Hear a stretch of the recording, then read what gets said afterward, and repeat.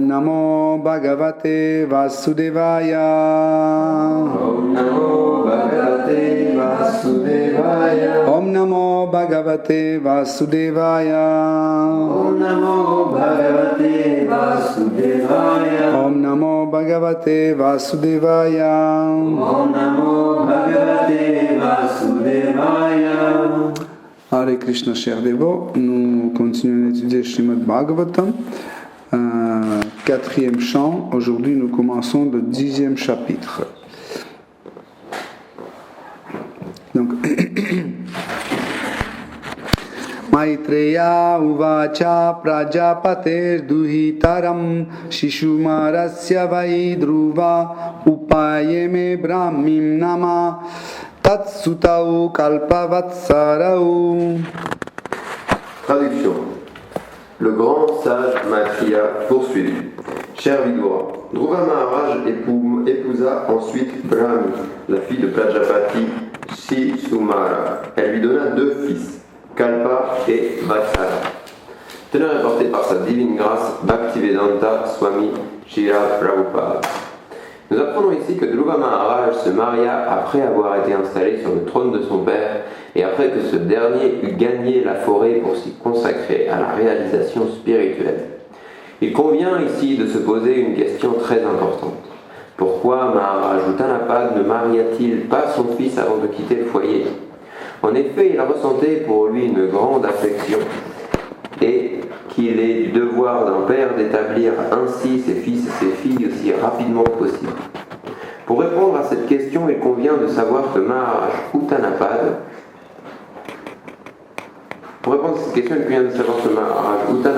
était un Rajasri, un saint roi, qui malgré ses occupations politiques et gouvernementales se préoccupait beaucoup de la réalisation spirituelle.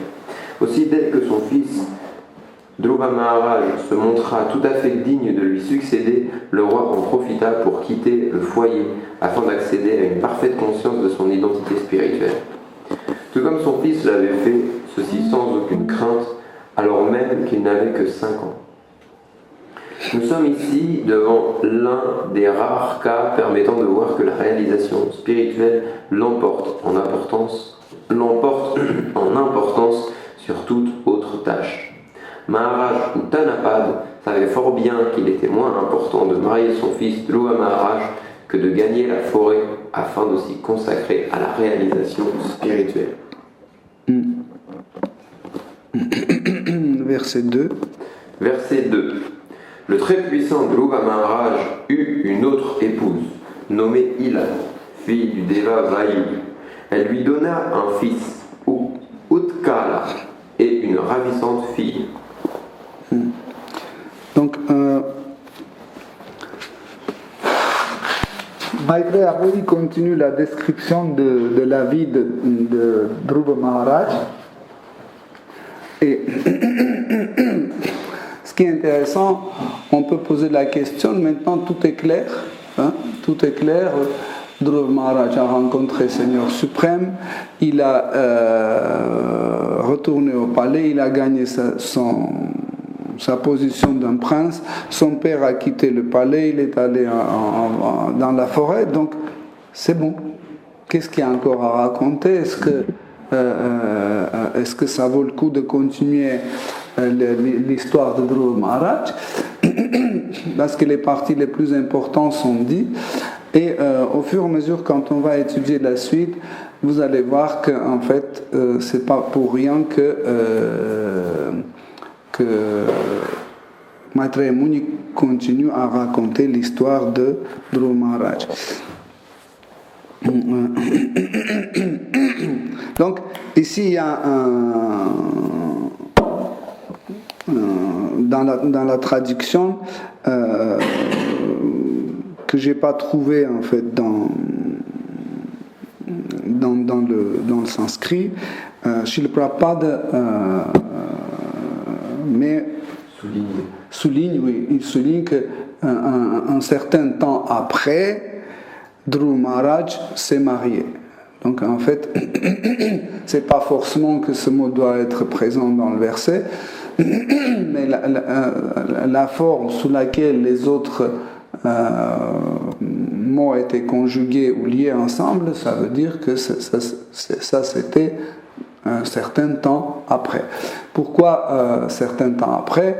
Parce que déjà il avait 5 ans. Donc 5 ans, c'est pas le meilleur âge pour se marier. Pourquoi? Parce qu'en fait, il continuait de pratiquer le brahmacharya, même s'il a atteint un niveau très très important de réalisation. Même si Dieu, la personne suprême, est venu le voir en personne, même comme ça, on doit comprendre que l'apprentissage, parce que brahmachari, c'est pas seulement un célibat, brahmachari, c'est aussi l'apprentissage. Donc, et on peut comprendre que l'apprentissage dans la vie spirituelle n'a pas de limite. Des fois, les dévots, certains dévots acquièrent un certain niveau de connaissance, par exemple que nous ne sommes pas ce corps, qu'il y a le monde matériel, le monde spirituel, il faut chanter Hare Krishna, etc. Et c'est tout. Il ne faut pas manger la viande, etc. Voilà, c'est tout. Et ils disent que c'est bon. Et après, on peut vivre tranquille. Et qu'est-ce qu'on fait? Tranquille, ça veut dire on se donne à la gratification des sens. Parce que la gratification des sens empêche le brahmacharya. Dans 2 sens. La gratification de sens empêche l'apprentissage et empêche le célibat. Donc voilà pourquoi en fait ne pensez pas si Dhruva Maharaj est allé au palais, il a commencé à être comme un cool, il mangeait ce qu'il voulait, quand il voulait, il dormait quand il voulait, non. Il continuait sa vie brahmacharya. Parce que autrement, en fait, vers l'adolescence, il serait très rapidement corrompu et sorti de chemin spirituel. Juste un petit truc qu'on comprend. À partir de 5 ans, il était sur le trône, Non. Non, en fait, il se préparait. On le préparait pour le trône. Ça veut dire son père, les ministres, les sages lui préparaient pour qu'il soit trôné. Et on commençait cet apprentissage pour lui. En fait, il y a 2 types de voies que l'homme choisit. C'est Sakama Marga et Nishkama Marga. Et en fait, c'est deux voies, ces 2 voies, 2 chemins, ils ne peuvent jamais aller ensemble. Par exemple, il y a des Sakama, ça veut dire quand j'ai le désir de gratification des sens, et Nishkama, ça veut dire je suis complètement au-delà de désir de gratification des sens. Ils peuvent jamais marcher ensemble, même certaines fausses théoriciennes, théologues, etc. Et aujourd'hui, on en a plein comme ça. Ils proposent de faire un mixte. Ça veut dire tu fais un peu de gratification des sens. Après, quand tu es un peu exagéré, tu vas à l'église, tu fais tes prières, etc. Et après, tu reviens pour continuer les gratifications des sens.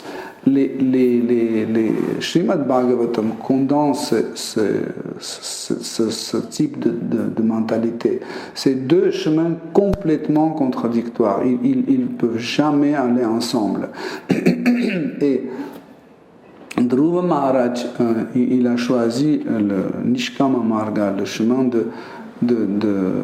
qui était au-delà ou pas au-delà, mais sans désir de gratification des sens. Et autre chose importante que vous allez voir par la suite, en fait, il était quelqu'un qui a senti qu'il devait suivre Dharma bien rigoureusement. En fait, suivre le Dharma, c'est le devoir de chaque personne. Soit c'est Varnashrama Dharma, soit c'est Sanatana Dharma. Donc je ne vous explique pas parce que vous connaissez qu'est-ce que ça veut dire. Donc, des fois, on voit que quelqu'un, un saint, une personne très très avancée, il néglige certains points de son dharma. Donc, sachez que cette négligence n'est pas liée ni à la paresse ou d'un anartha, ça veut dire de mauvaise qualité. C'est lié tout simplement parce que ce dévot, il est sur le chemin de Raganuga Bhakti. Nous avons expliqué ça plusieurs fois, donc parce que les règles et prescriptions, en fait, étaient choisies comme une base pour maîtriser nos sens et pour les purifier et pour petit à petit développer un attachement vers Shri Krishna. Donc, vous savez, pendant Sadhana Bhakti, pendant la pratique des règles et prescriptions de Bhakti, petit à petit, plus on avance, ce sadhana se divise en deux, Vaidhi Bhakti et Raganuga Bhakti. Donc, ceux qui continuent sur le chemin de Vaidhi Bhakti,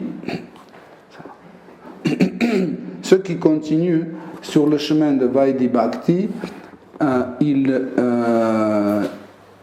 n'ont aucune contradiction avec ce qu'ils faisaient avant. Par exemple, ils se prosternaient devant l'autel, où ils chantaient certains mantras qui glorifiaient le Seigneur suprême, etc. Ils continuent de le faire parce que ça ne contredit pas à leur humeur. Tandis que celui qui va sur le chemin de Raganuga Bhakti, il y a certaines choses qu'il ne peut plus faire parce que ça contredit à son humeur.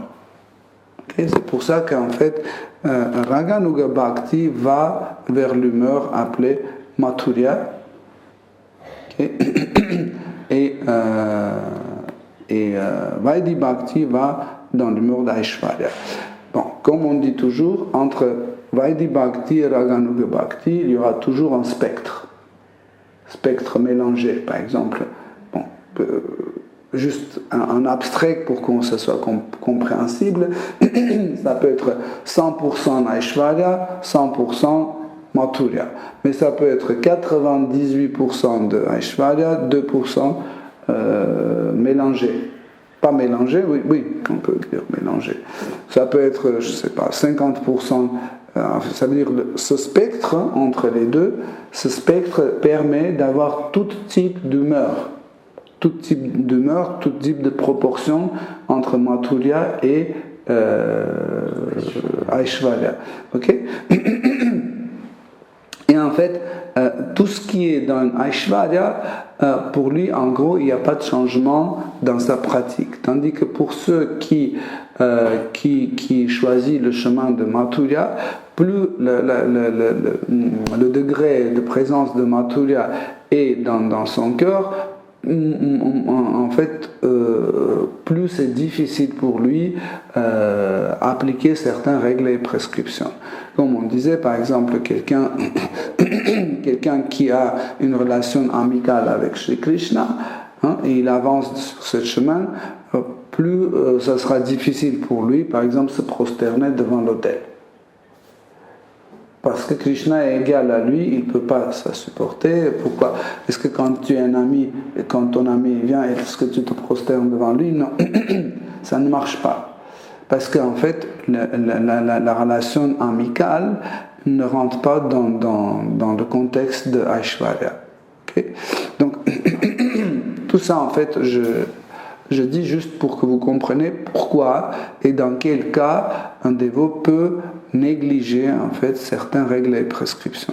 Encore une fois, c'est pas parce qu'il est plein de mauvaises qualités, c'est pas parce qu'il est fainéant, etc. C'est juste parce que ça ne correspond pas.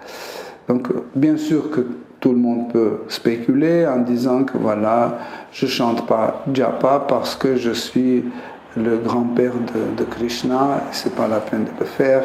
Je me prosterne devant l'autel parce que je suis à une manifestation de Uttava ou je sais pas quoi.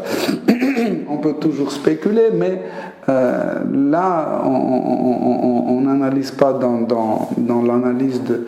On n'analyse pas dans l'idée de spéculation, on fait notre analyse dans le sens authentique des choses. Donc, Dhruva Maharaj, comme on a dit, il continuait à suivre son dharma, et si vous vous souvenez, quand on a étudié le darshan de Dhruva Maharaj et le Seigneur suprême Kshirodakasha Vishnu, nous avons dit que selon les prières chantées par Dhruva Maharaj, on peut comprendre dans quelle humeur il est. On a dit que c'est la majorité de son humeur, c'est Aishvarya, c'est de l'humeur de respect, de magnificence, de révérence, etc. Et comme ça, en effet, donc on voit qu'il n'y avait aucun inconvénient pour Dhruva Maharaj pour ne pas respecter son dharma. Donc il était un kshatriya et chaque kshatriya a son swadharma, ça veut dire ses devoirs précis à lui-même. Et un des devoirs de kshatriya, c'est donner un fils. Après, laisser un fils qui va hériter le trône. Ça, c'est aussi un dharma. On peut dire, mais ça n'a rien à voir avec dharma. Est-ce que c'est un devoir? En réalité, à l'époque, ça comptait beaucoup parce que les érudits védiques, les Rajarishi, les sages, les brahmanas, ils connaissaient comment on peut concevoir un enfant correctement. Ok? C'était pas une naissance au hasard, ils savaient. C'est pour ça que, en fait, un enfant qui naissait en général, qui naissait dans la famille brahmanique, avait automatiquement les qualités brahmaniques. Pourquoi? Parce que les gens, le couple savait comment ça se fait la conception d'un enfant, et avant la conception, il rentrait dans la méditation, il créait l'idée de cet enfant, etc., etc. Et comme ça, il avait cet enfant. Donc, et ici, comme vous voyez, en fait, de son côté, roi Uttanapada, il a créé deux fils, Uttama et Dhruva, qui étaient tous les deux étaient les kshatriyas. En fait, il les a créés comme des kshatriyas. C'est pour ça qu'on voit dans Dhruva Maharaj toutes les qualités d'un vrai kshatriya. Et comme ça, en fait, dans un des svadharma d'un kshatriya, c'était engendrer un fils. Pour cette raison, dans les écrits, dans les Puranas, on rencontre les histoires où un kshatriya, un roi, il se mariait encore une fois et encore une fois et encore une fois pour avoir un fils.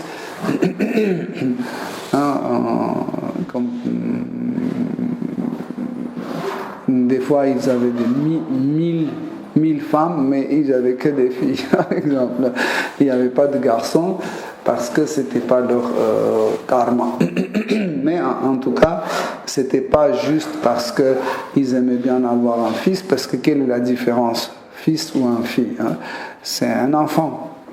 Mais en fait, pour un kshatriya, avoir un fils, c'était son swadharma. Et on a bien compris pourquoi, parce que c'est pas juste parce qu'il devait déléguer le trône, mais il devait le concevoir comme un roi. Ça veut dire avec toutes les qualités d'un dirigeant, etc., etc. Donc, vous souvenez comment on a parlé de la conception d'un enfant, on a fait 3 conférences dessus, et vous savez comment ça se fait, pour comprendre en fait que ça pouvait être dans la catégorie de dharma, de devoir. Donc Dhruva Maharaj a eu aussi une deuxième femme qui lui a donné aussi un fils et une fille. Donc, et ce qui est intéressant, cette deuxième femme, Ila, était la fille de demi-dieu Vayu, de demi-dieu de l'air.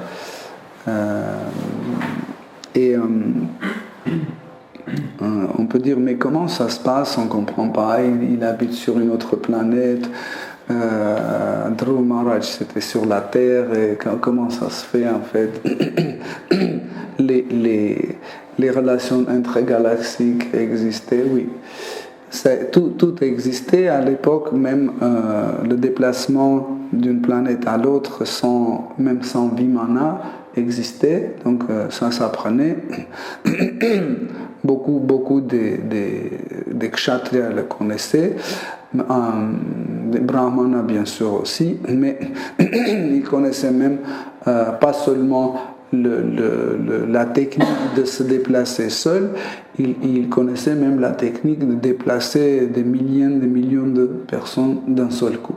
Par exemple, quand Bali Maharaj voulait envahir le monde paradisiaque, il a amené toute son armée à Indraloka. Il ne s'est pas déplacé seul. Quand je dis une armée, ça veut dire qu'il a amené et les soldats, et les éléphants, et les chevaux, et les armes, tout. Donc vous imaginez qu'est-ce que c'est. Donc il connaissait cette méthode, comment se déplacer. Bien sûr, aussi les brahmanas aidaient en fait aux kshatriyas pour qu'ils apprennent ça. Donc sachez qu'avant de se marier, pourquoi on en dit certain temps après? Parce que Dhruva Maharaj, avant de se marier, devait être formé comme un kshatriya. Par exemple, pouvoir se battre, se servir de l'arc, de l'épée, etc., de Brahmastra, etc. Donc, parce que sinon, s'il se mariait tout de suite, il oublierait tout ça. On sait souvent quand l'homme se marie, il oublie beaucoup de choses. Voilà pourquoi, donc avant de se marier, donc Dhruva Maharaj a mis beaucoup de temps pour apprendre en fait l'art de guerrier, l'art d'un kshatriya. Et après, quand il est devenu un grand expert de guerre, donc il s'est marié pour en fait après lui laisser aussi les autres kshatriyas qui vont régner. Donc on va continuer. On va lire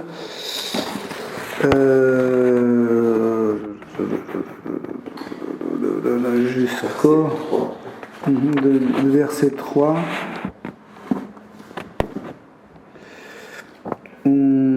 jusqu'au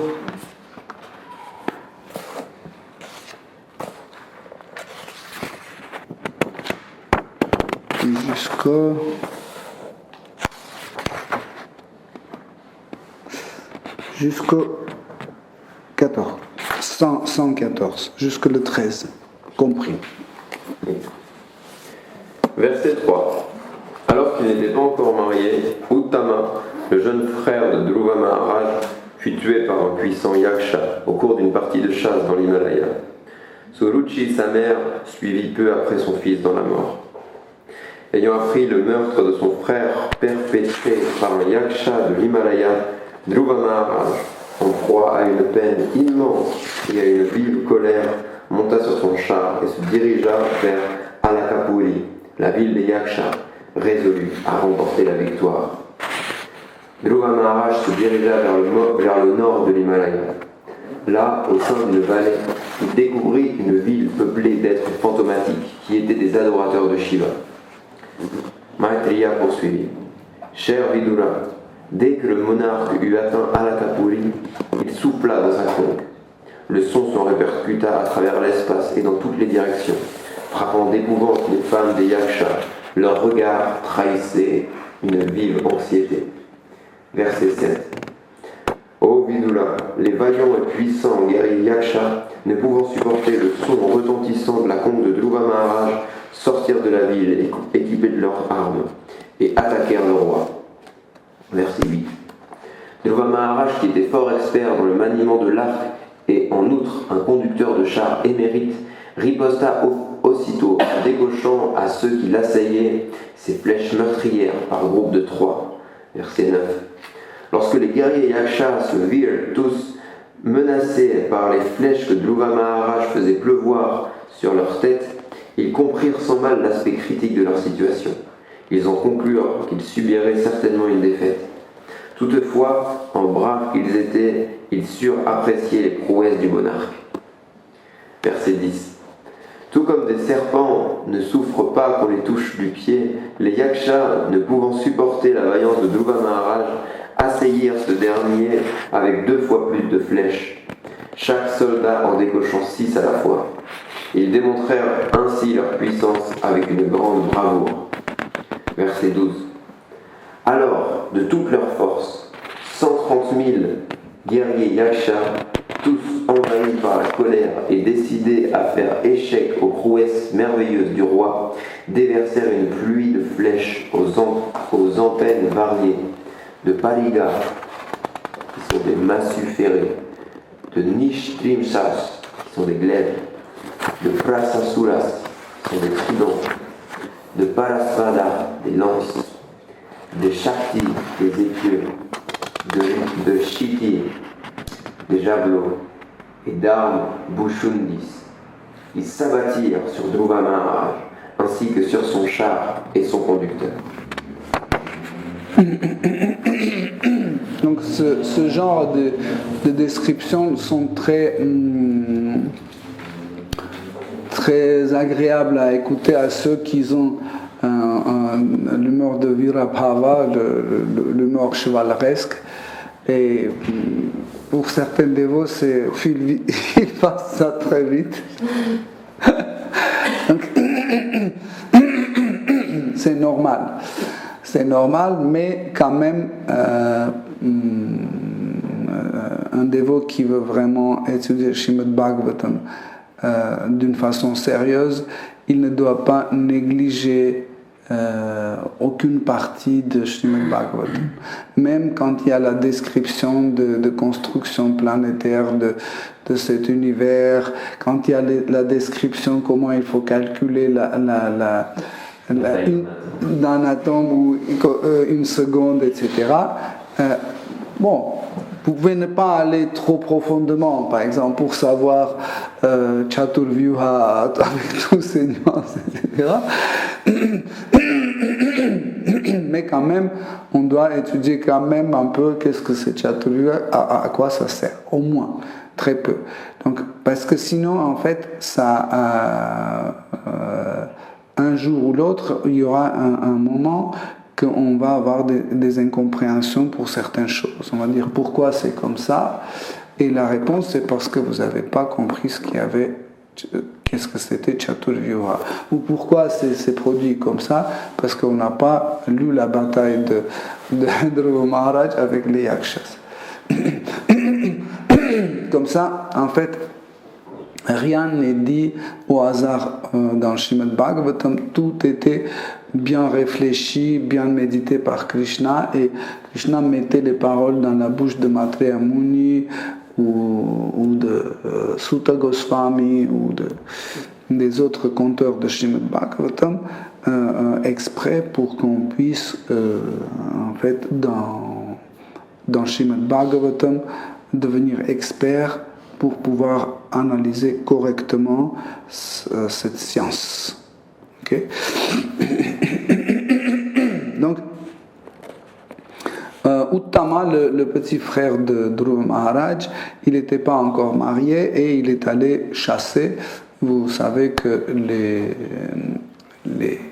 les kshatriyas, ils s'entraînaient dans la chasse, mais ce n'était pas une chasse pour s'amuser en tuant les animaux ou juste tuer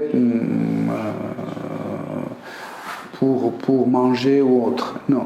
En fait, c'était pas comme ça que tu vas chasser où tu veux, quand tu veux.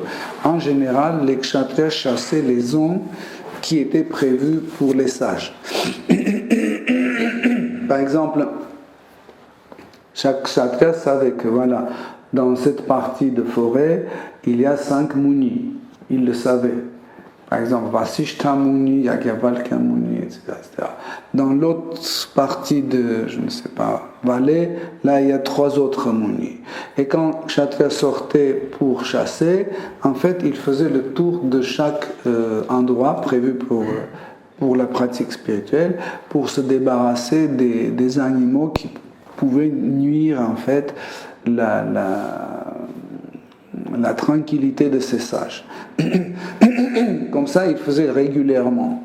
Chaque semaine, il faisait le tour. Pourquoi ? Pour que les animaux comprennent que là, il ne faut pas aller. Par exemple, les tigres, je ne sais pas, des antilopes sauvages qui, des fois, qu'ils venaient et qui donnaient un coup de corne aux sages qui étaient dans la méditation, parce que les antilopes, ils ne savent pas qu'est-ce que c'est la méditation. Donc, et aussi, ça apportait aux kshatriyas aussi un courage. Ça, en fait, ils s'entraînaient, ils se perfectionnaient dans la tire à l'arc, etc., etc. Voilà. Donc, Uttama, le petit frère de Dhruva Maharaj, est allé vers les Himalayas pour chasser. Là, on peut comprendre que la ville de roi Uttanapada n'était pas très loin des Himalayas. Ça aussi, c'est important quand on étudie un livre. Des fois, il y a les détails qui nous semblent pas importants, mais après, on comprend que c'est important. Par exemple, si le roi Uttanapada était à Sri Lanka, donc son fils n'irait pas faire la chasse, n'aurait pas été chassé au Tibet. C'est absurde. Donc, et quand il est allé, les Yakshas, les habitants de Tibet, on l'a tué. On ne sait pas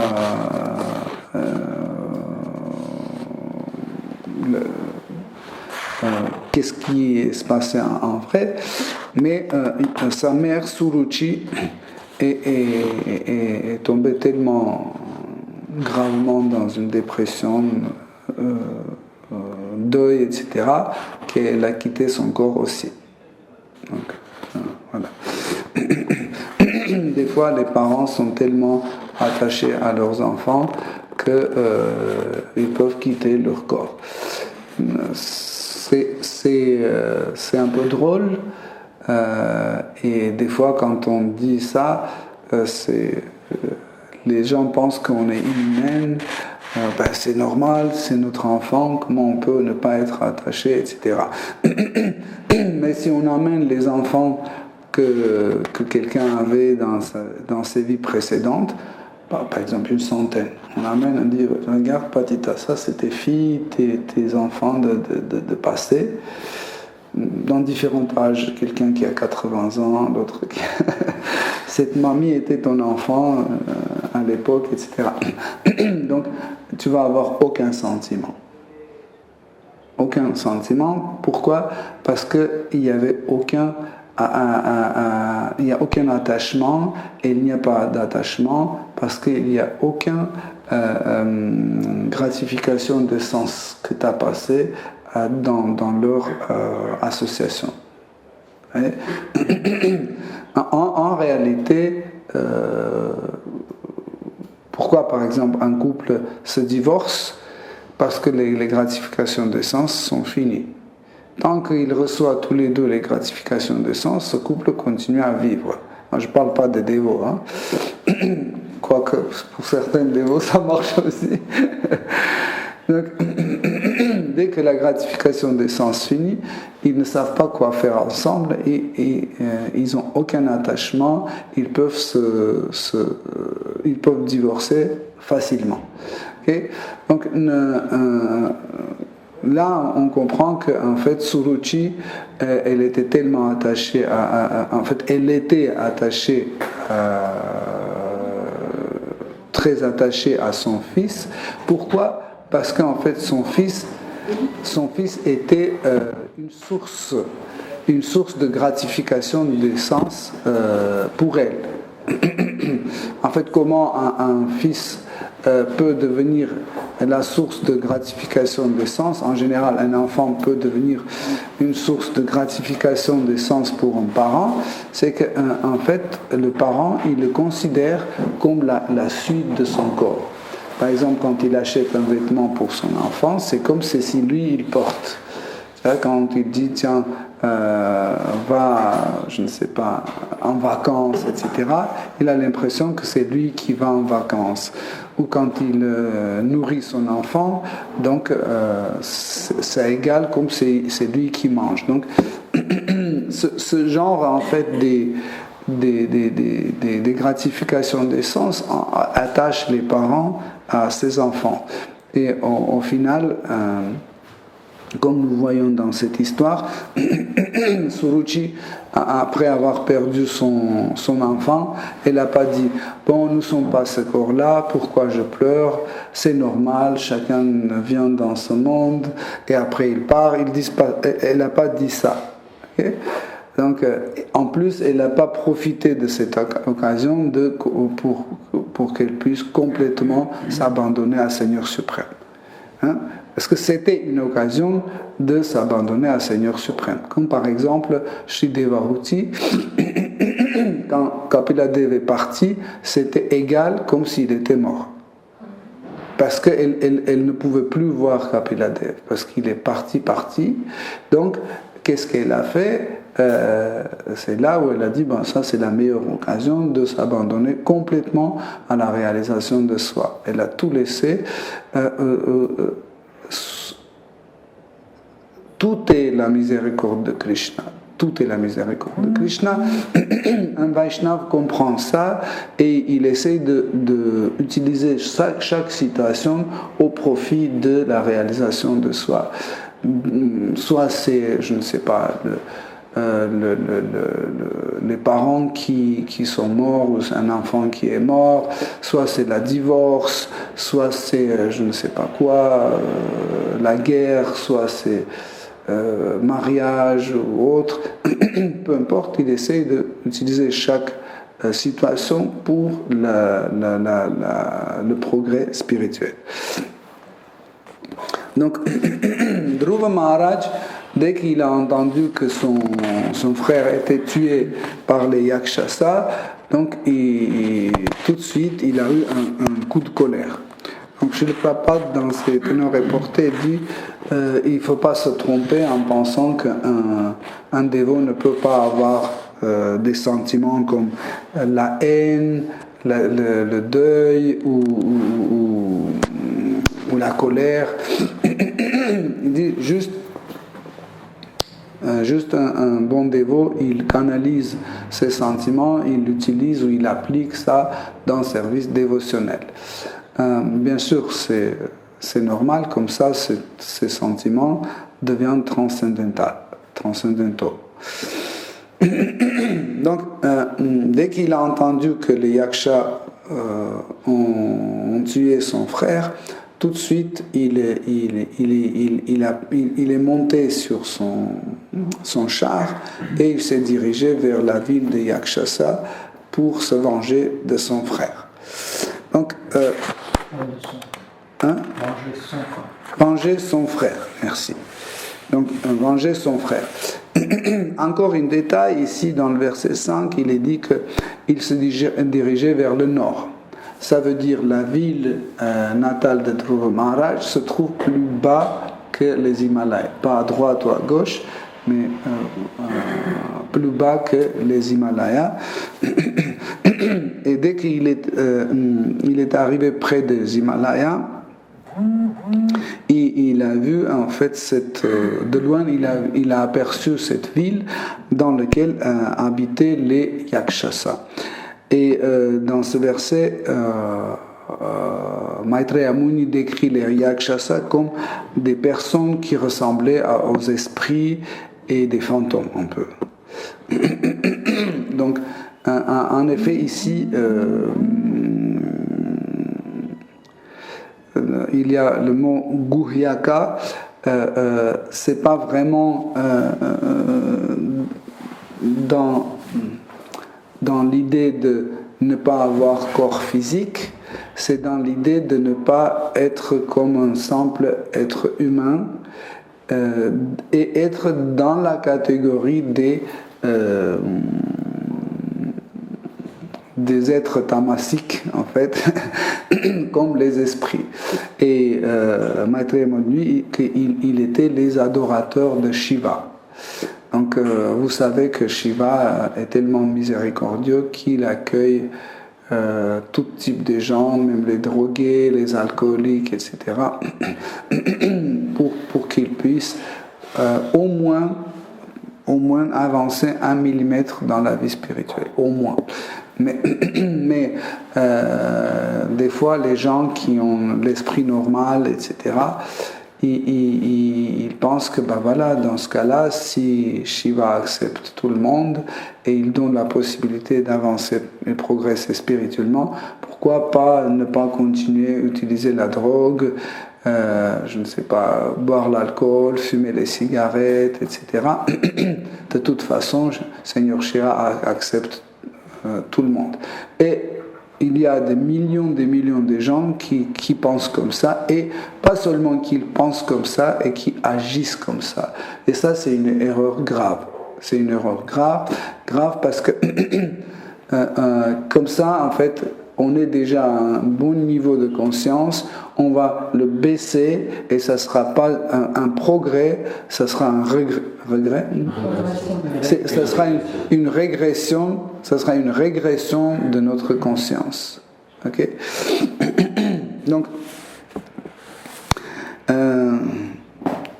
quand il s'est approché au mur de cette ville, il a pris sa conque et il a soufflé dans sa conque, tellement fort que tout le monde dans la ville, surtout les femmes des Yaksha, étaient complètement perturbées et agressées.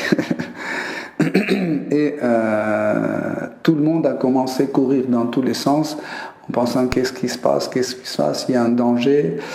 Donc, et les Yakshasa, les plus forts, quand ils ont entendu ça, donc en fait les Kshatriyas arrivent à se comprendre par le langage des conques. En fait, nous on ne comprend pas, on entend pou, mais on ne sait pas qu'est-ce que c'est. Mais comme les chiens par exemple, ils font ho ho ho. Pour nous, c'est toujours le même. Mais en fait, ça veut dire plein, ça dépend comment tu le fais, mais nous, on ne distingue pas la différence, comment ils aboient. Pour nous, c'est toujours le même son. Pareil, en fait, quand les Kshatriyas, ils se communiquaient à travers les conques, quand ils étaient en distance, ils pouvaient, par exemple, souffler de telle sorte, comme par exemple, je vais te détruire, sale bête, par exemple, ou viens m'aider, ou autre chose. Donc ils arrivaient à communiquer à travers le son de conque, et ici nous pouvons comprendre que en fait, Dhruva Maharaj, en soufflant sa conque, il a envoyé un message spécial que voilà, je vais vous tous tuer, détruire. C'est pour ça qu'ils ont sorti, en fait, les Kshatriya Yaksha sont sortis avec plein d'armes pour se battre avec Dhruva Maharaj, et eux, les premiers, ont commencé à attaquer Dhruva Maharaj. Donc Dhruva Maharaj était sur son char avec son conducteur, et en fait avec chaque flèche qui se multipliait en 3, il tuait plusieurs personnes comme ça. Donc pour l'homme d'aujourd'hui, parce qu'en plus dans le cinéma on a fait tellement de films comme quoi il y a des trucs mystiques, etc. À tel point on a fait le cinéma que maintenant personne ne croit que c'est possible. Et pourtant c'était un art qu'on apprenait dans l'Ashtanga Yoga. Sachez que tous les grands kshatriyas, ils étaient des grands connaisseurs d'Ashtanga Yoga et de pratiquants d'Ashtanga Yoga. Un des grands kshatriyas comme Hanuman était un grand connaisseur d'Ashtanga Yoga, c'est pour ça qu'il arrivait à voler, etc., devenir grand, devenir petit et tout ça. Donc, multiplier un objet, c'était pas compliqué pour eux parce que ça rentrait aussi dans l'art des pouvoirs mystiques d'un yogi, un Ashtanga yogi, on peut dire comme ça. Par exemple, Jésus-Christ aussi qui a eu aussi l'école d'Ashtanga Yoga, c'est pour ça qu'il arrivait à multiplier le pain, les autres produits alimentaires. Donc, mais car les chrétiens ne connaissent pas en fait l'école d'Ashtanga Yoga, et ils disent il n'y a que Jésus-Christ, il n'y a personne d'autre, ils ne comprennent pas comment ça se passe. Donc n'importe quel yogi peut multiplier du pain et du fromage aussi. Surtout le fromage.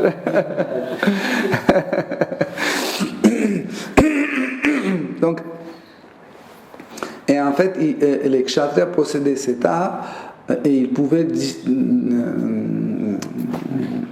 multiplier en fait leurs flèches en leur donnant aussi une programmation de leur trajectoire. Par exemple, ils pouvaient tirer dans cette direction, dans le sud, et dire mais en 50 mètres tu tournes à droite.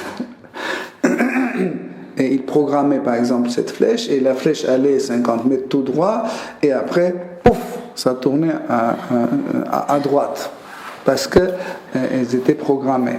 Bien sûr aussi d'autres armes comme les différentes Shakti, comme Brahmastra et autres, ils étaient aussi programmables.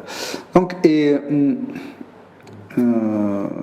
ils ont commencé à aussi tirer sur Dhruva Maharaj, mais ce qui est intéressant, Maitreya Muni dit dans le verset 9, il dit que même s'ils voyaient Dhruva Maharaj comme leur ennemi, ils étaient en admiration de sa façon de se battre.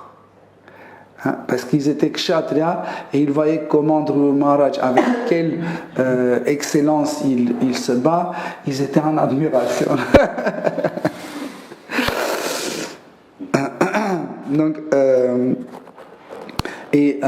en même temps, ils ont eu beaucoup de plaisir à se battre avec Dhruva Maharaj.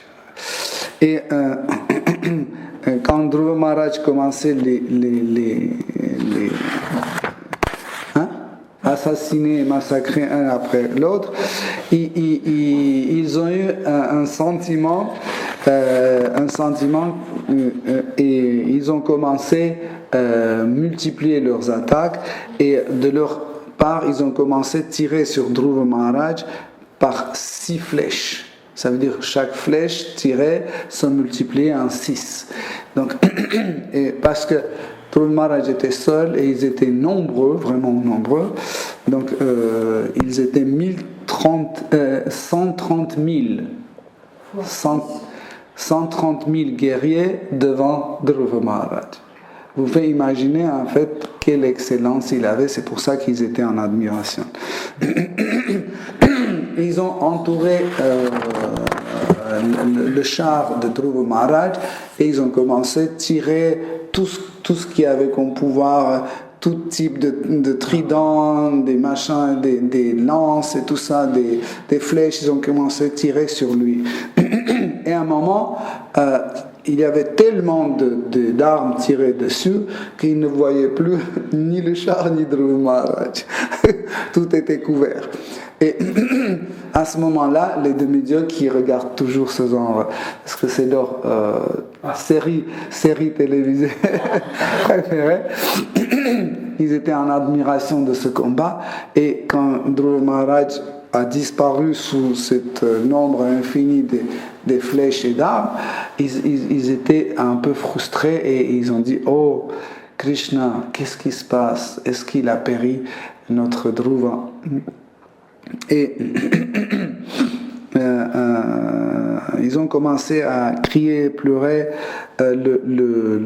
On n'a pas lu, non, le verset 14? Non. Okay. 13, on n'a pas lu non plus.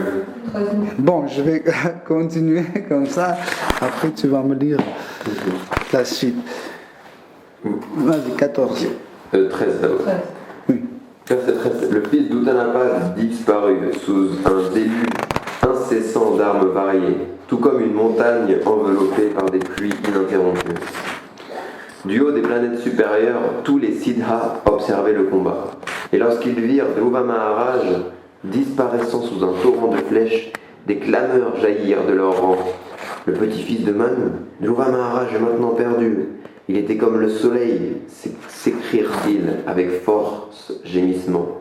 Mais il s'est couché dans l'océan des Yakshas. Verset 15. Alors que déjà les Yakshas criaient victoire, le char de Dhruva apparut soudainement, comme le soleil surgit d'une épaisse brume. Verset 16. Le bruit sec de la corde de son arc et le sifflement de ses flèches semèrent la consternation parmi ses ennemis. Le flot incessant de ses traits fit voler en éclats toutes leurs armes, tout comme des rafales de vent éparpillent les nuages groupés dans le ciel. Verset 17. Les flèches acérées qu'il décochait de son arc traversaient les boucliers de ses assaillants et pénétraient ensuite dans leur corps, tout comme la foudre du roi des cieux fracasse les montagnes. Verset 18-19. Matriya, le grand sage, poursuivit. Ô cher Vidura, comme les Yakshas étaient taillés en pièces par les flèches de Dhruva Maharaj, le champ de bataille se trouva jonché de têtes merveilleusement ornées de pendants d'oreilles et de turbans, de jambes aussi majestueuses que des palmiers dorés, de bras parés de brassards et de bracelets dorés, ainsi que de casques de grande valeur, tout chamarrés d'or. La vision fascinante de tous ces ornements gisant sur le champ de bataille était certainement de nature à troubler le mental d'un héros. Verset 20. Les quelques yakshas qui, d'une façon ou d'une autre, avaient survécu, se firent écharper par les traits de Dhruva Maharaj, le plus valeureux des combattants. Ils s'enfuirent alors comme des éléphants vaincus par un lion. Donc, quand les demi-dieux ont vu que quand les demi-dieux ont aperçu que Dhruva Maharaj est complètement caché sous le nombre de ses armes et tout ça, ils ont commencé à dire, pleurer et crier que Dhruva, le petit-fils de Manu, a échoué, et ils continuaient à lamenter, mais soudainement,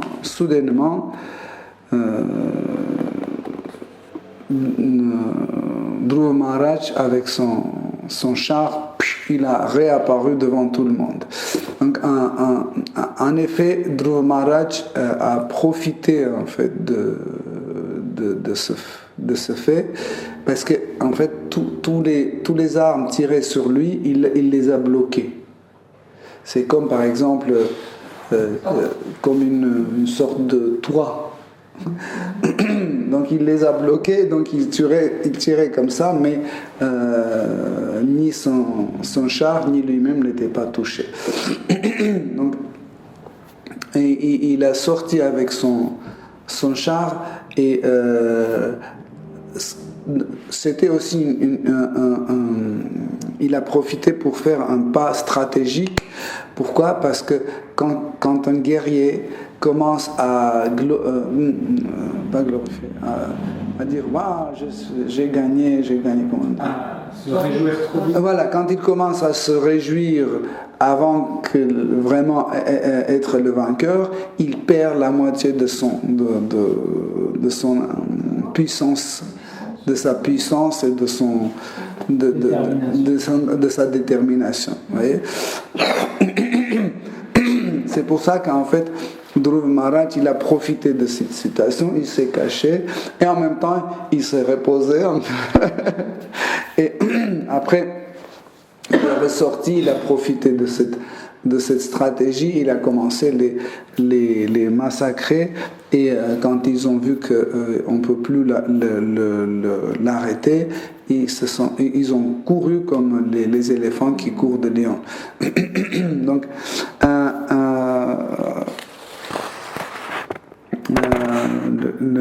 ce qui est intéressant dans 18-19 versets, donc il y a la description de bataille, et Maitreya Muni dit que en fait sur le champ de bataille on pouvait voir les morceaux des corps des yakshas, les bras, les jambes, les têtes coupées, et ils étaient tous ornés des bijoux très précieux, des pierres précieuses, de l'or, etc.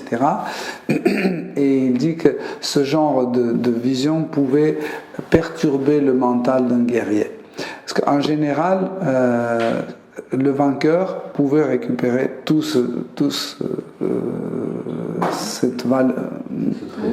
trésor. Voilà, tout le trésor qui restait, le vainqueur, c'était à lui.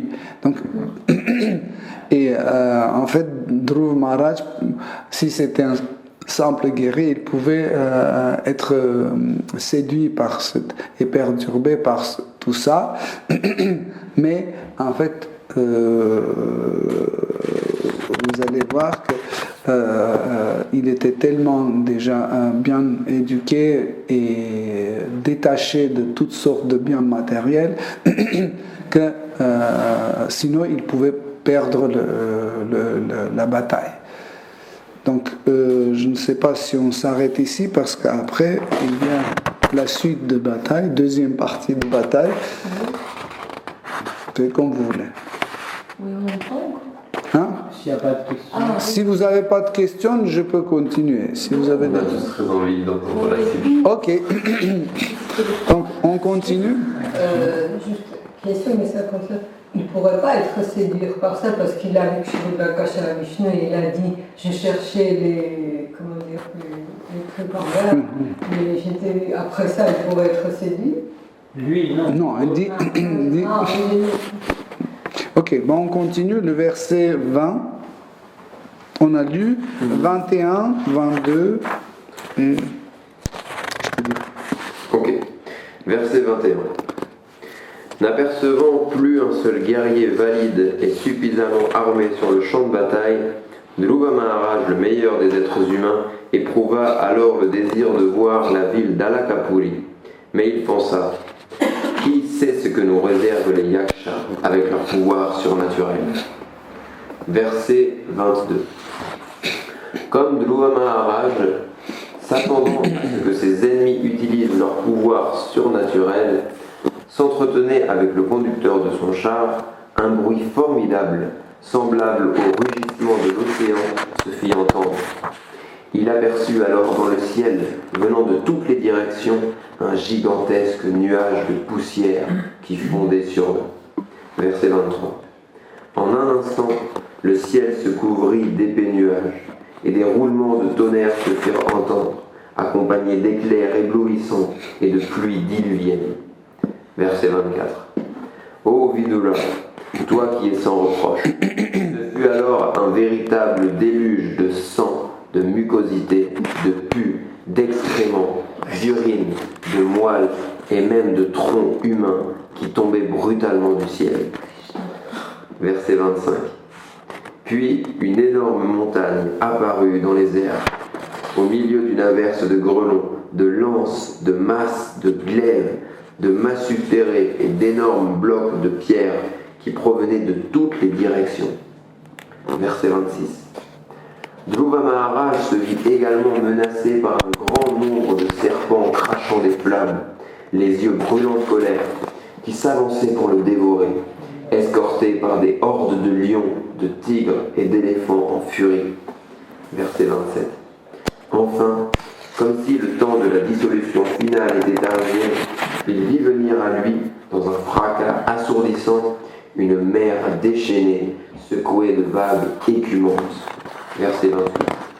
Haineux de nature, les démoniaques yakshas, par leur puissance illusoire diabolique, peuvent créer nombre d'étranges phénomènes pour effrayer les hommes de faible intelligence.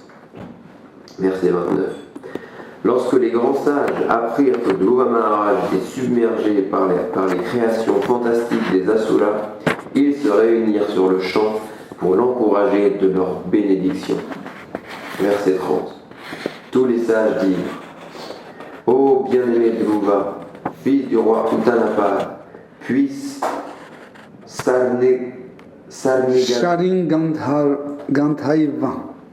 Sharingandhaiva, le Seigneur suprême, lui qui soulage ses dévots de leur détresse, anéantir tes terribles ennemis. Le saint nom de Dieu a autant de puissance que le Seigneur en personne. Aussi, nombreux sont ceux qui peuvent aisément trouver une entière protection contre la mort féroce, simplement en écoutant et en chantant le saint nom du Seigneur. C'est ainsi qu'un Bhakta obtient le salut. Ainsi s'achèvent les enseignements de Bhaktivedanta sur le 10e chapitre du 4e chant du Srimad Bhagavatam, intitulé Dhruva Maharaj affronte les Yakshas. Hare Krishna, vous pouvez chanter Hare Krishna, Hare Krishna, Krishna Krishna, Hare Hare, Hare Rama, Rama Rama, Hare Hare. Hare Krishna, Krishna Krishna, Hare Hare, Hare Rama, Rama Rama, Hare Hare. Hare Krishna, Krishna Krishna, Hare Hare, Hare Rama, Rama Rama, Hare Hare. Hare Krishna, Krishna Krishna, Hare Hare, Hare Rama, Rama Rama, Hare Hare. Hare Krishna, Krishna Krishna, Hare Hare, Hare Rama, Rama Rama, Hare Hare. Hare Krishna, Krishna Krishna, Hare Hare, Hare Rama, Rama Rama, Hare Hare. Hare Krishna, Krishna Krishna, Hare Hare, Hare Rama, Rama Rama, Hare Hare. Hare Krishna, Krishna Krishna,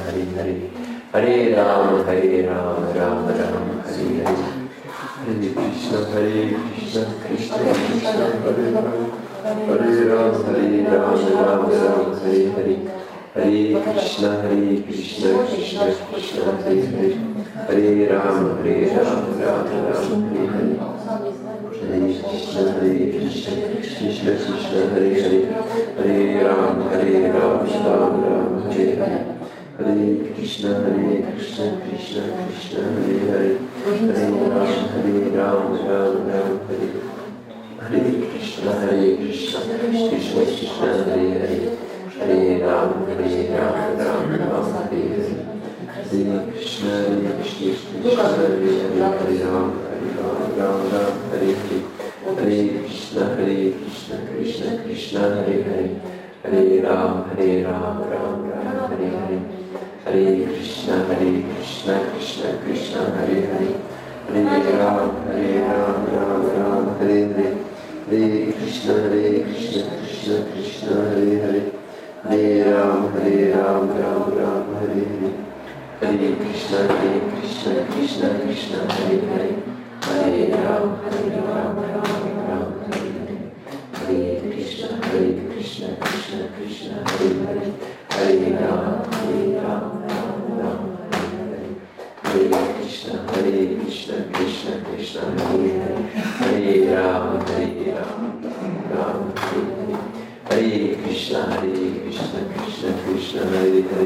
Hare Ram, Hare Ram, Ram Ram, Hare Hare. Merci, Hare Krishna. Donc, en effet, l'art de la guerre est très large. Donc, c'est pas juste l'idée d'avoir une arme et savoir s'en servir. C'est pas suffisant pour faire la guerre. Donc à l'époque védique, on avait on a amené l'art de la guerre à une perfection extraordinaire. Hein? Et la stratégie et la tactique, tout. Et il y avait certaines certaines armes, comme ce genre d'armes décrit des armes mystiques. Donc, par pouvoir mystique, on crée une vision, où l'ennemi pouvait voir comment sur lui, par exemple, il y a une énorme vague qui arrive et qui va écraser, ou par exemple, il y a le pu qui tombe, la sperme, je ne sais pas, les cheveux, et les excréments, etc. En fait, ça perturbait, psychologiquement, ça perturbait le guerrier. Par exemple, imaginez que vous voyez un excrément qui arrive sur toi, comme ça, tout droit, tu ne vas pas dire non, ça c'est faux, je vais rester. Automatiquement, tu fais comme ça ou comme ça. Et cela perturbe. Par exemple, on utilisait ce genre de type d'armes. Par exemple, quand il y avait l'attaque d'une armée contre l'autre, on créait ou on prenait des vraies femmes nues, on créait l'image d'une femme nue qui est sur un cheval qui attaque les guerriers. Donc, et ça perturbait énormément les guerriers. Ils étaient en train de se battre et ils regardaient cette femme nue, pendant qu'ils regardaient, on lui coupait la tête. Donc, ça, c'était aussi une arme. Hein, par exemple, si vous vous souvenez, quand les serviteurs de Shiva attaquaient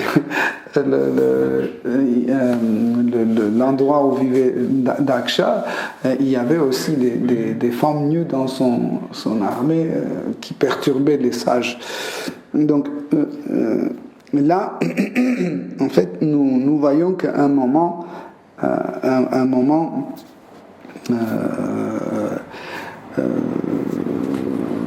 Dhruva Maharaj qui voulait aller voir cette ville qu'il a conquérie, Alakapuri, mais il connaissait que les habitants de cette ville, ils ont des pouvoirs mystiques et il y aura quelque chose. Et bien, ce qui s'est arrivé,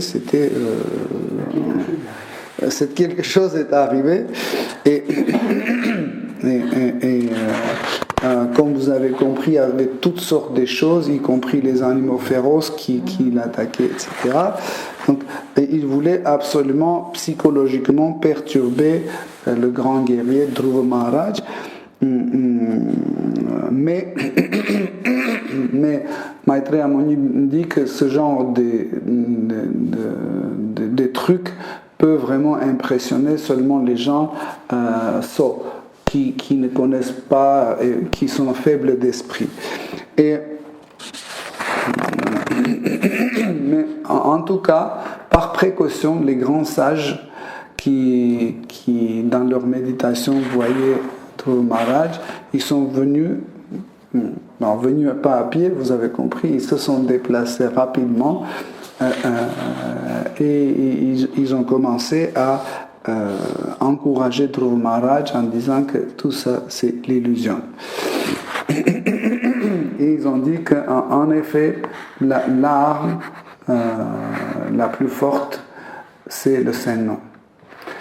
Donc, nous, si on était là-bas, on disait, c'est pas grave, essaye, t'es fort, etc.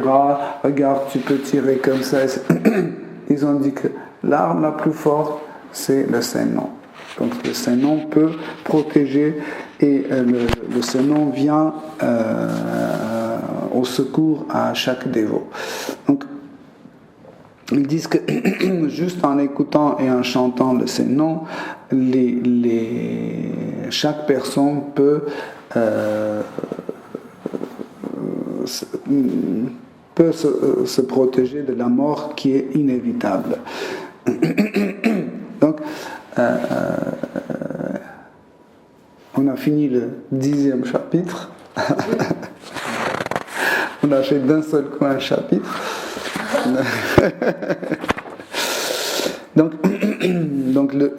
par la suite, il y a la suite d'histoire. Je ne sais pas si on continue. Si vous voulez, on peut continuer. Sinon, on peut s'arrêter et passer aux questions et réponses avec Krishna. J'ai une question par rapport aux armes. Donc vous disiez que les guerriers ils étaient experts dans l'Ashtanga Yoga et ça leur permettait de maîtriser ces armes. Et j'ai entendu qu'en fait il y a beaucoup d'armes mystiques ou extraordinaires qui étaient transmises en fait comme avec des mantras, comme par exemple une arme qui permet de mantra ou une arme qui permet par exemple de mettre feu à des objets. On charge une flèche avec un mantra et puis on tape une flèche. Et donc, est-ce que c'était nécessaire, tous les guerriers, de maîtriser Ashtanga Yoga ou est-ce que vous pouvez un peu élaborer sur ce sujet des armes?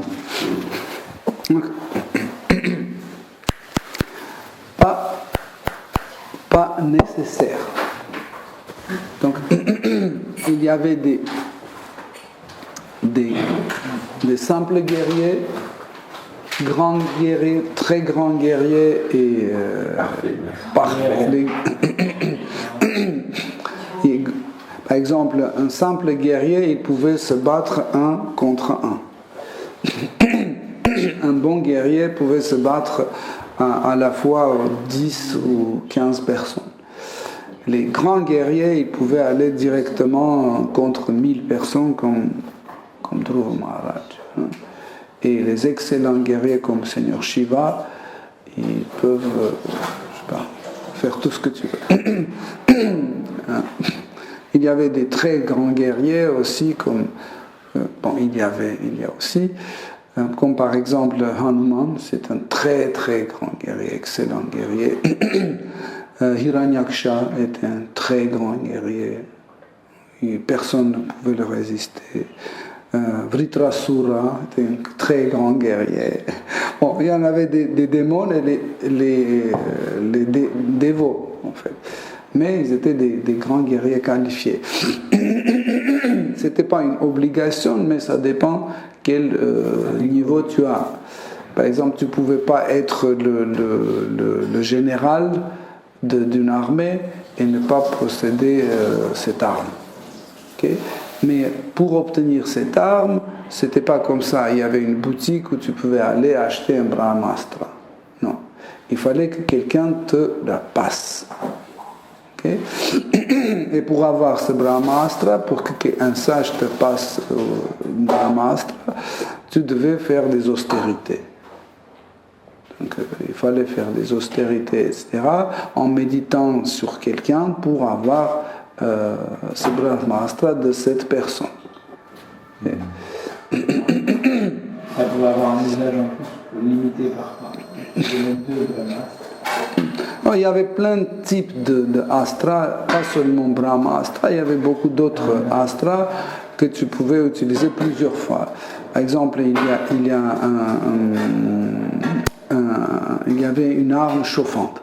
Par exemple, quand tu lançais, ça brûlait tout. Il y avait l'astra refroidissante. En fait, Agni, il donne en fait cette arme. Et le demi-dieu de la lune, il donne le contre-antidote. Par exemple, si un guerrier applique l'arme du feu, pour pouvoir se protéger, l'autre guerrier doit appliquer l'arme de froid. Voilà, donc il y avait tout type d'armes. Bon, en fait, comme arme, on utilisait beaucoup de choses, comme par exemple, certains étaient tellement forts, certains guerriers, qu'ils pouvaient lancer une sorte d'arme un peu drôle, comme par exemple tout le monde avait envie d'aller aux toilettes. d'un seul coup. Et tu peux plus te battre parce que tu as envie d'aller aux toilettes. C'est trop compliqué. Tu vois, et lutter contre une arme comme ça, c'est difficile. Tu vois, parce que c'est déjà rentré, tu es déjà pris et tu ne peux plus te battre. Donc en fait, la guerre était plus personnalisée à l'époque. Maintenant, c'est trop impersonnel. Très impersonnel parce que tu es à New York, tu appuies sur un bouton et au Sydney, 2 millions de personnes sont mortes. Tu ne sais pas qui t'a tué ou pourquoi t'as tué. On t'a dit appuie, tu as appuyé et c'est fini.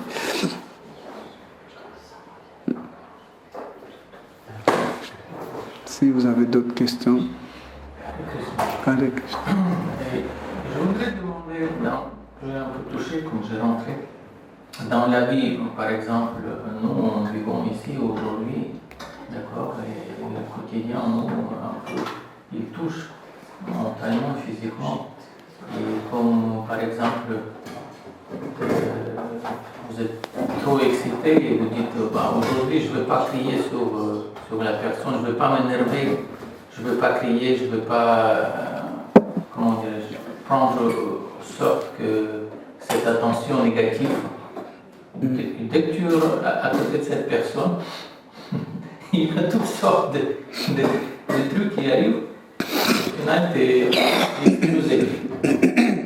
Tu t'es énervé, tu t'es dit et voilà, et comment on peut se protéger de ça? Technique, quoi, je sais pas. Parce que la vie quotidienne, ça nous perturbe dans notre vie spirituelle. C'est ce qu'il dit. C'est difficile de résister. Donc, à l'époque, quand un brahmachari allait dans l'ashram de son maître spirituel, le maître spirituel l'apprenait à maîtriser ses sens. Donc, maîtriser l'envie de l'estomac, de la langue, de génitaux, de mental, etc. Parce que si on ne maîtrise pas nos sens, nous ne pouvons pas avancer dans la vie spirituelle. Bhakti ne dépend pas, le service dévotionnel ne dépend pas de maîtrise des sens, mais la maîtrise des sens nous aide à avancer dans le bhakti. Okay? C'est des bonnes conditions. Donc, pour cela, il faut que tu apprennes à maîtriser tes sens. En fait, le plus dur à maîtriser, c'est la langue. C'est la langue très très difficile. Parce que c'est le sens qui nous fait le plus attacher à ce monde matériel. Dans deux sens, manger et parler. Essaye de ne pas parler. J'essaie de ne pas parler. C'est catastrophique. Mais dans le montage, c'est catastrophique. Pareil, essaye de ne pas manger. Pareil, c'est catastrophique. C'est très difficile à maîtriser. Mais en fait, pour cela, il y a des autres sens qui sont placés plus haut que la langue. C'est le mental, et au-dessus du mental est placé l'intellect. Et au-dessus de l'intellect, il y a le faux ego. En effet, en choisissant le faux ego, on choisit le système de contrôle de nos sens. Par exemple, j'ai choisi mon faux ego d'un dévot. Je dis, je suis convaincu, je suis un dévot. Donc, automatiquement, dans mon intellect, il y a le principe. Tu es un dévot, tu ne dois pas injurer, dire des gros mots, tu ne dois pas envier. Et dès que, par exemple, il y a une jalousie qui arrive, ou une envie qui sort dans mon intellect, je l'arrête tout de suite. Je dis non. Un dévot ne doit pas avoir une jalousie ou de l'envie.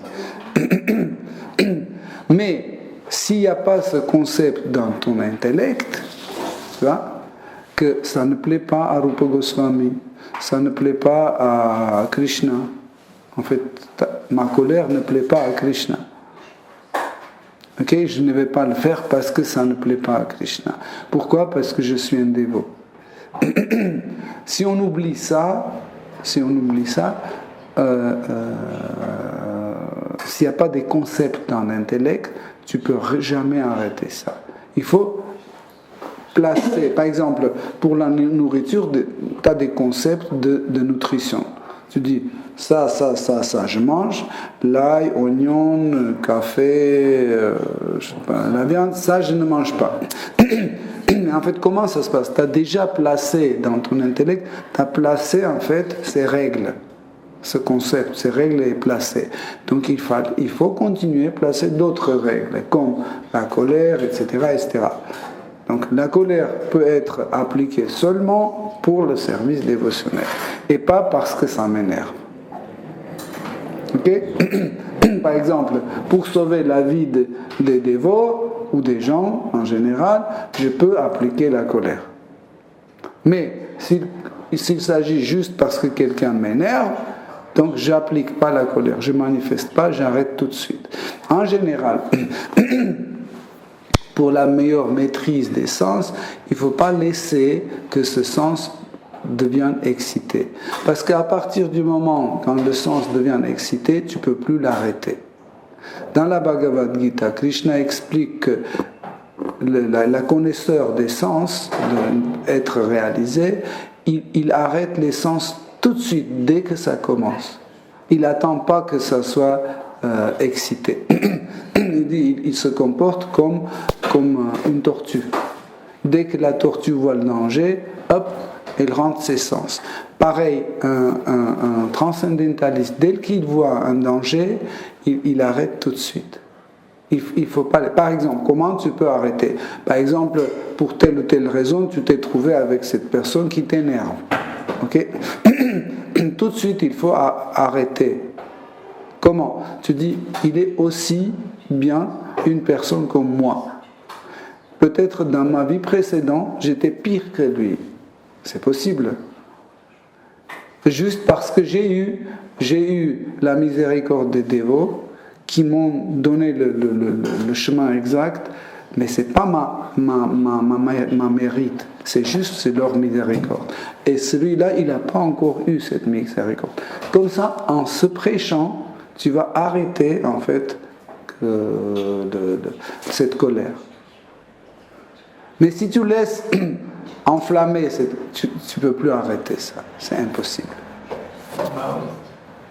Même vous, tes parents aussi, moi aussi, je ne sais pas. Tu arrives à la maison, tu dis aujourd'hui, je ne réagis pas de bêtises, mais adolescent. mais c'est comme des aiguilles de tous les côtés, ça rentre.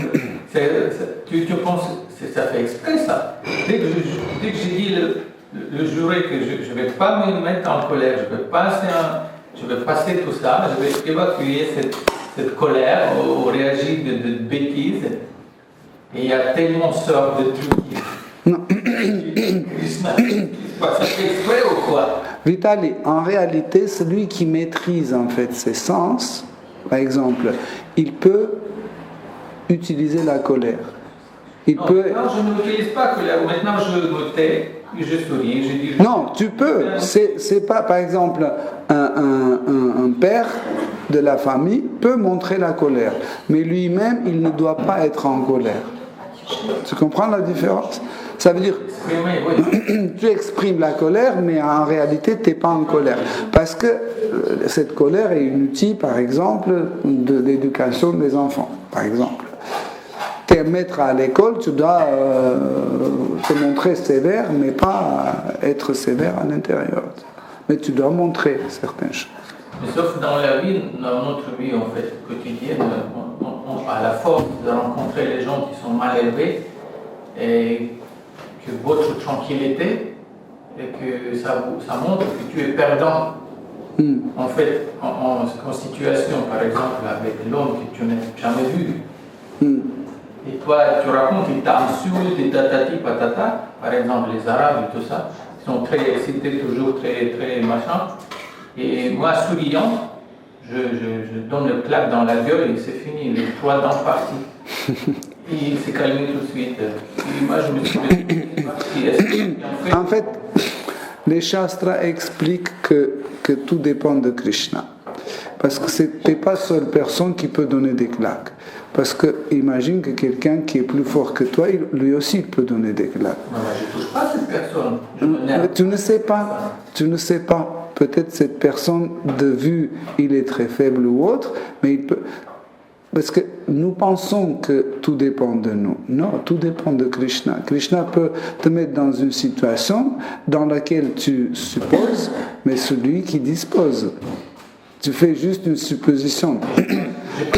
C'est vraiment le dernier verset de 10e chapitre où les sages n'ont pas dit tu dois donner la claque. Ils ont dit non. Seule voie sûre, sur arme le plus sûr, c'est le Saint-Nom, il a dit. Sinon, on lui conseille, bon, tu te places comme ça, à droite, tu tires vers le haut, un peu à gauche, sur l'angle de 30 degrés. Non. Ils ont dit, pour éviter tous ces embêtements, sache que le secours, c'est le Saint-Nom, c'est le Seigneur suprême, qui n'est pas différent de son nom. Ok ? Et si tu veux vraiment toujours être à l'auteur, il faut que tu comptes toujours sur Krishna et pas sur ni tes muscles, ni ton savoir-faire, ni l'argent, ni la connaissance. Il faut toujours compter sur Krishna. Avec Krishna. Si vous avez d'autres questions. Prasad gâteau. Ok. Donc, si le prasad est prêt, il se manifeste. Donc, Shishimad Bhagavatam ki jai, Srila Prabhupada ki jai. Toute gloire aux assemblées. Hare Krishna.